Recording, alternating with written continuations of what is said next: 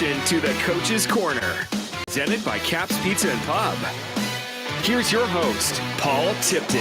Well, hey there, Vero Nation. It's Tuesday night, Coach's Corner at Caps Pizza, along with Gary Paris and Coach Jankowski. We welcome you in to Coach's Corner for tonight. As Vero Beach gets a win on Week 7 over Booker T. Washington, 42-13. Coach, what a night it was. Off to a very fast start. Third play of the ball game, Hillsman takes it to the distance, and you guys were off and running from that. I think 6 straight possessions, 6 touchdowns. You got to be pretty happy. Yeah, it was a good night. I mean, that obviously that first drive, kind of set the tone, and didn't really know what to expect from Booker T. And each week, really, you could say the same thing, that defenses are going to try to take something away from you, Sure. And we talked about the previous week, Fort Pierce Central was, going to play defense to take away, our spread stuff and take away the passing game. And we were able to run the football and do some things. And then this week, this past game against Booker T, oftentimes they were bringing even more than we could block, so they were bringing pressure and loading the box. And I think at one point EJ completed, his first 9 or 10 passes, and we were able to mix it up and do some things with motion and keep them off balance with the run and the pass. But all in all, like I said, I think it was a really good night, and really in all 3 phases. It was a little concerned about Booker T. They were coming in on a roll. They had got it going and had won their previous game the previous week, and so we didn't know what a whole lot to expect, because early in the season they were playing some big time programs, some juggernauts. They were under a coaching change. Coach Ice Harris, who was back and had been there for the last couple of years, had taken a job in the summertime. They were under new leadership there, and anyway, like I said, it was a good game for us overall. A lot of really good individual effort, but a total team effort to win the game. We've dealt with delays before. We had a different kind of delay this time of getting the game started, as Booker T was late arriving due to some traffic issues out on the interstate. Delays are delays. I'm sure you probably go somewhat through the same process, but at that point, what are you doing with the team to try to keep them focused? Yeah, well, unfortunately or fortunately, however you want to look at it, we oftentimes have those situations come up with practice, whether it be a delay because of lightning or weather or just situations that come up. And when we get those opportunities during the week, we try to use those as an opportunity to learn from, to say, hey, when we're interrupted, we've got to be mature enough to keep our focus. And, if we're delayed, to get back out there. And obviously we've got a laundry list of items to get through each and every day. And I think, I don't always know at the time if it's sinking in, but I know our guys hear us, because, oftentimes that, whether it's mocking or just repeating what I've said, I know they're hearing it, so it's good that, when you have those situations. I mean, we've had them all week already this week. We were delayed in getting out to practice today. And again, just to utilize that as an opportunity to say, hey, this can happen on Friday night. It does happen on Friday night. And this, like you said, this was an unusual way to delay a start, but it happens. They're coming all the way up from Miami, and things happen on that interstate. And they were able to get up there. I think the game was probably delayed by a little more than 30 minutes, maybe for start, and right. and we got it rolling. This is a different type of delay, because usually in most cases we're dealing with a weather delay, which means nobody can be out on the field or anything like this. In this situation, guys could be out on the field. So how do you keep the guys, from overdoing it before the start of the game? Yeah. So fortunately, we were in contact with our opponent, and so we decided to go through our regular routine.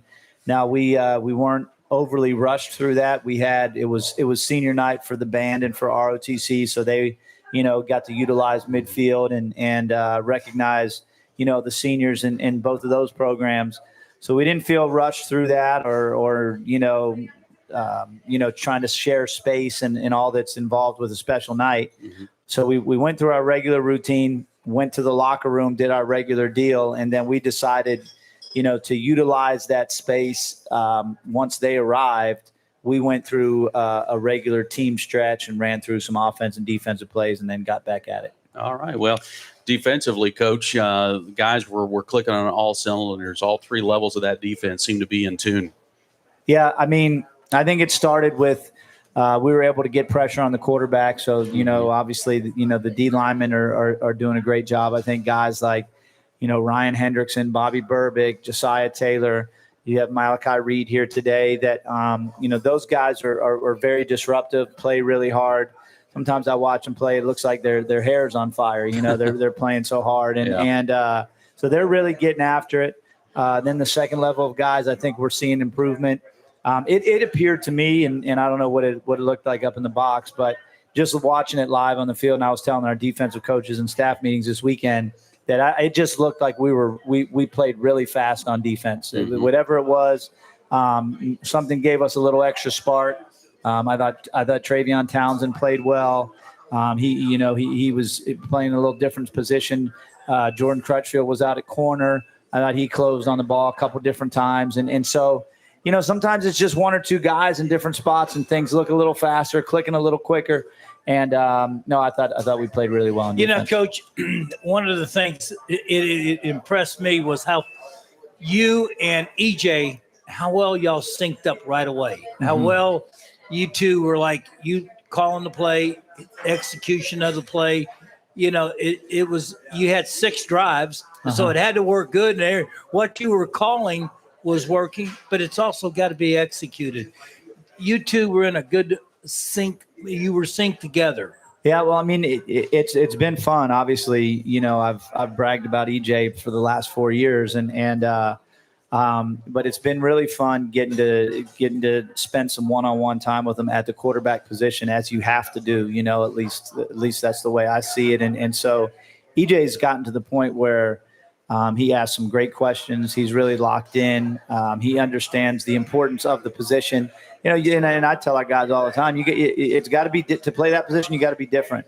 You can be playing a receiver position or DB or a different spot and not as locked in. You can be a little goofy. You can be a little whatever. But at that position, you better want to be the first guy there. You got to be the last guy to leave.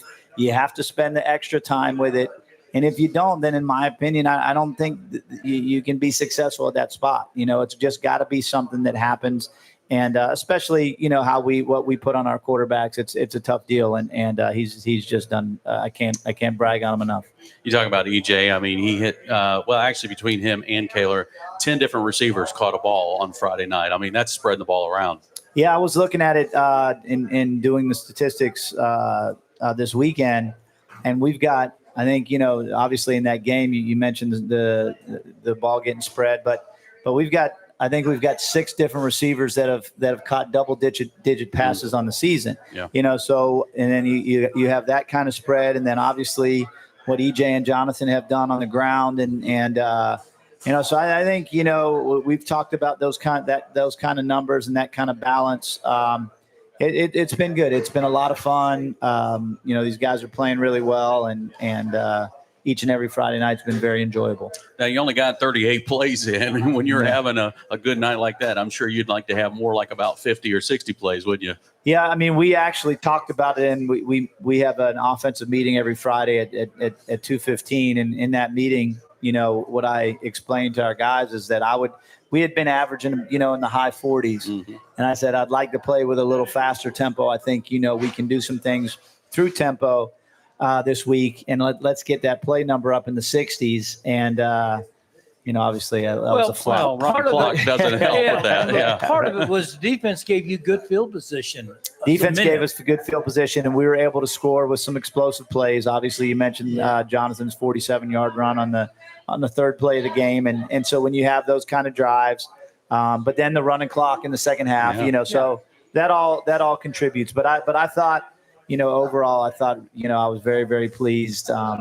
As we mentioned, with all 3 phases of the game. Yeah, it's 6-0 now for Vero Beach, and they'll work for their next opponent here for homecoming night. We will talk about that opponent in just a little bit. But up next, we have got Malachi Reed. We got EJ White, our Scott Sporting Good players of the game. Coach's Corner continues right after this. Linus Cadillac Buick GMC of Vero Beach has been a part of the community for over 2 decades and proudly supports our Fighting Indians. It's important to put the best team on the field to ensure a winning season. Linus Cadillac Buick GMC fields a lineup that all fans can agree has championship pedigree. From the 2025 Cadillac Escalades to the new XT5 Luxury Optic Sport 2, late model pre-owned vehicles too. 1401 Highway 1, Vero Beach, LinusCadillac.com. The McCall Agency Inc. owner is a fourth-generation Vero Beach resident and big supporter of the community and the Fighting Indians. The McCall Agency Inc. is an independent agency and broker whose motto is securing your future one policy at a time. To learn more about personal, commercial, life, or health insurance services, Ron McCall can be reached at 772-473-6856 or McCallagencyinc.com.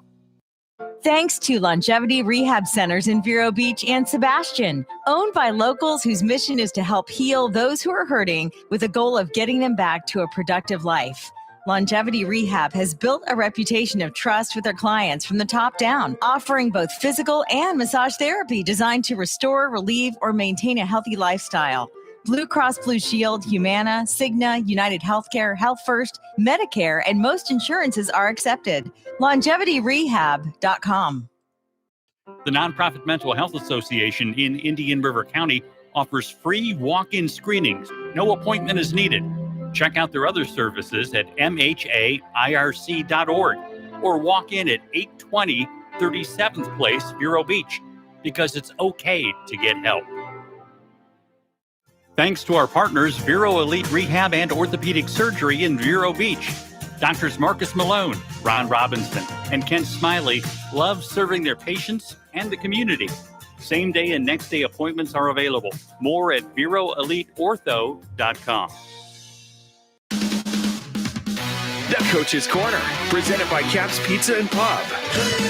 Score was 42-13 over Booker T last week, and a couple of guys that helped us get that win. EJ White to my left, Malachi Reed to my, I said right and left. I know my right and left. Here we go. We got Malachi Reed, we got EJ White. Guys, I know this is a big week for you guys because it's homecoming week. You got Spirit Week, so really do appreciate you taking a few minutes to join us here for Coach's Corner. Malachi, let's start with you, man. The defense Friday night, man. Coach was just talking about, like, you guys look like you're just faster all of a sudden, man. What's going on the field out there?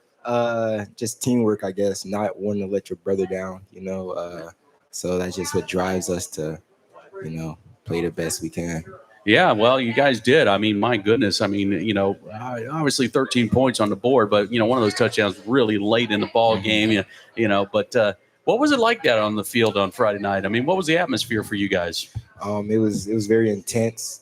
It was intense because it was a district game, and we got to win those. So we were just out there playing. Yeah, well, I got news for you. It was not a district game, but it's a good job. Booker T is not one of our district players. Thank goodness, because I don't know if we want them in our district or not. I have to get EJ with you and explain how the district works. EJ, what a night it was for you, my friend. You threw for 159 yards on 2 touchdowns. How about rushing on the ground as well? 3 touchdowns, 5 touchdowns on the night with the ball in your hands, man. That had to feel pretty good. It was great. Yeah.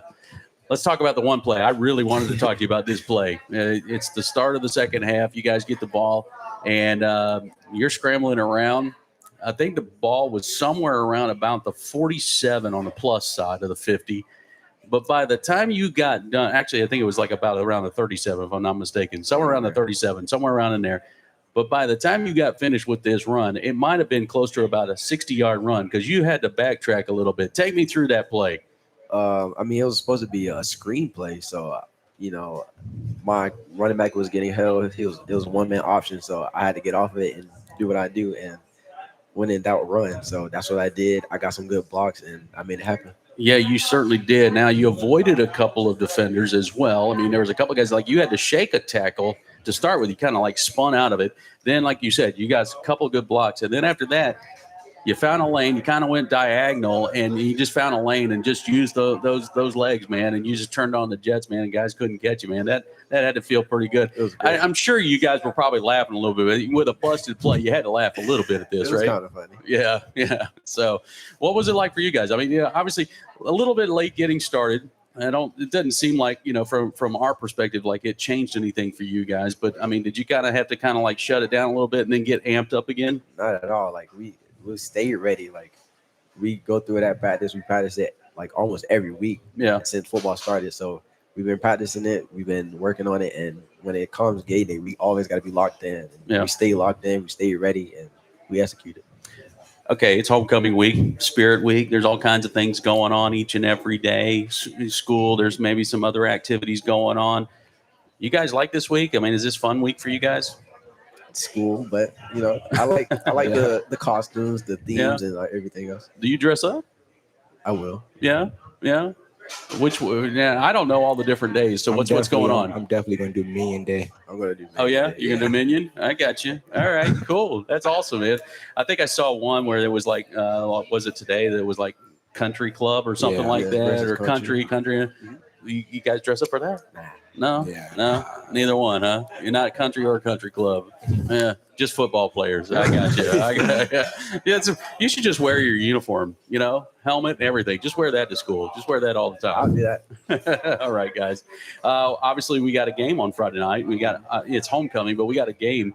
What do you know about this opponent? We should have played them last year, but we couldn't. But I've been watching film and really getting deep into their defense and a little bit of their offense. But I just feel like we're gonna go out there. Yeah, I mean it's the usual. We got to play our game and do what we do, right? Yeah, but at the same time, they're probably going to try to throw something at you. You got to be ready for the unexpected, right? Yes, sir. Yeah, absolutely. Malachi, I mean, what do you see from this offense of Rockledge? I mean, what do you see when you watch film? What stands out to you? I think they're a pretty good O-line, but I think that we're going to be able to execute. I think we're going to go out and do what we do, no matter what they throw at us. Sure. I think we're going to be able to execute. All right. Well, I wish you the best of luck, guys, and then that way, if you get a win, you can go enjoy the dance and have all that fun, right? All right. Sure. Good luck on Minions Day, man. I hope you turn out the best. It'll be good for you guys. All right. We got Malachi Reed. We got EJ White, our Scott Sporting Good players of the game from last week. Gary and Coach going to come back here in just a moment. More Coach's Corner right after this. Hi, JW here from Barker Air Conditioning and Heating, serving the Indian River County area since 1959 and supporting fighting Indian sports for decades. We're known for being HVAC specialists for installation and service. Local, licensed, and insured, Barker is a trained comfort specialist that services all makes and models. BarkerAC.com. Caps Pizza and Pub, a proud sponsor of the Fighting Indians and Christian FM, serving Vero for over 35 years. Caps offers Italian cuisine, including pizza, strombolis, calzones, hot and cold subs, plus wings. A family-owned and operated business, John and his staff are happy to serve. Caps Pizza and Pub, 725 27th Avenue Southwest, Vero Beach, 772-770-2277, or capspizzamenu.com. Christian FM can put this game on the radio thanks to the support of businesses like Chuck Bateman State Farm Insurance in Vero Beach. Chuck's goal is to create an atmosphere where customers can talk about what's important to them. He's also a huge supporter of our local chapter of the Fellowship of Christian Athletes. Chuck's phone is 567-1106 or chuckbatemaninsurance.com. Mazzarella's Auto Sales is part of a local business family and their Christian FM supporters. I'm sales manager Mike Mazzarella, and we always strive to offer late model cars and trucks that undergo inspection and service by our high-tech mechanics. We have Jeeps, Rams, Toyotas, Hondas, commercial vehicles, and luxury vehicles. On site, we have our Spanish-speaking sales and financial advisor, Diego Saenz. We also offer our virtual showroom online at mazautosales.com. I'm Chris, Mike's brother. Our family has been serving our community since 1999. Now on the corner, 4th Street in Old Dixie. The Coach's Corner, presented by Caps Pizza and Pub. And we're back. It's Vero Beach. We'll now head into week 8 of high school football, and it is homecoming week, of course. Coach, I know, obviously this comes with it. It happens every year. Right. How do you feel about it? You like it? Is it the necessary evil? What is it?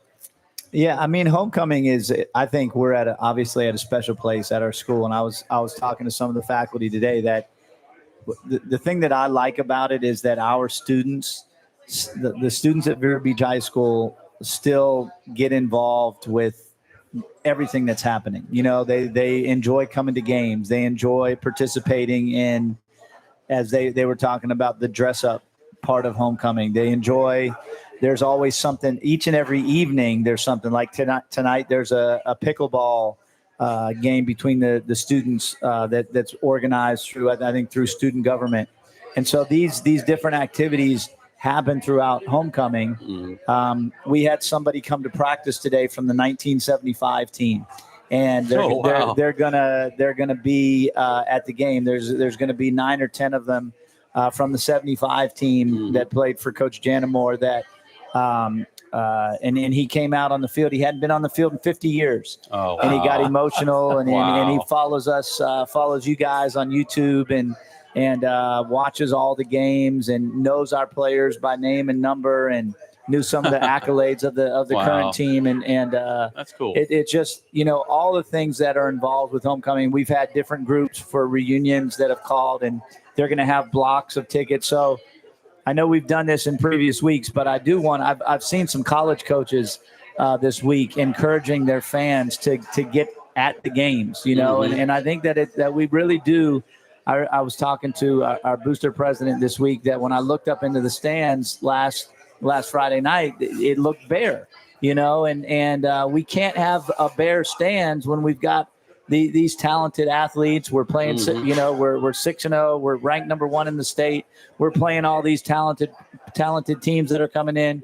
We've got to have people in the stands. I mean, that is a big, big advantage. So I know all these places are showing our games live, and there's different options, but we really do need you to be at the games. These guys need you to be at the games, and this is a great one to get to. It's homecoming. There's going to be a lot involved.